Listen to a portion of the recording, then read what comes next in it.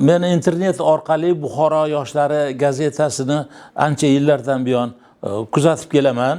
U o'sha mavzularning rang-barangligi, tili o'qimishliligi, muammolarni erkin yorita olishi bilan boshqa gazetalardan hamisha farqlanib turadi. Shu kunlarda bu gazetaga 25 yil to'libdi, dastlabki soni chiqa boshlaganiga. Shu munosabat bilan men farg'onalik jurnalistlar nomidan va shaxsan o'z nomimdan Buxoro yoshlari gazetasi ijodiy jamoasini chin yurakdan tabriklayman, ularga bir ijodiy muvaffaqiyatlar tilayman. Shuni ham aytish kerakki, gazeta muassisi, uning yuragi shubhasiz bu Laylo Hayitovadir.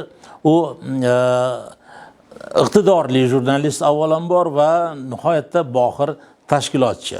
Uni rahbarligida Buxoro yoshlari gazetasi viloyat hududi chegaralaridan chiqib, mamlakat yoshlarining, jumladan farg'onalik yoshlarning ham sevimli, qiziqarli gazetasiga aylana oldi. Men shu fursatdan foydalanib Laylo Hayitovaga gazetani 50-100 yillik to'ylarda ham o'zi bosh bo'lib turishini tilayman. Muborak bo'lsin.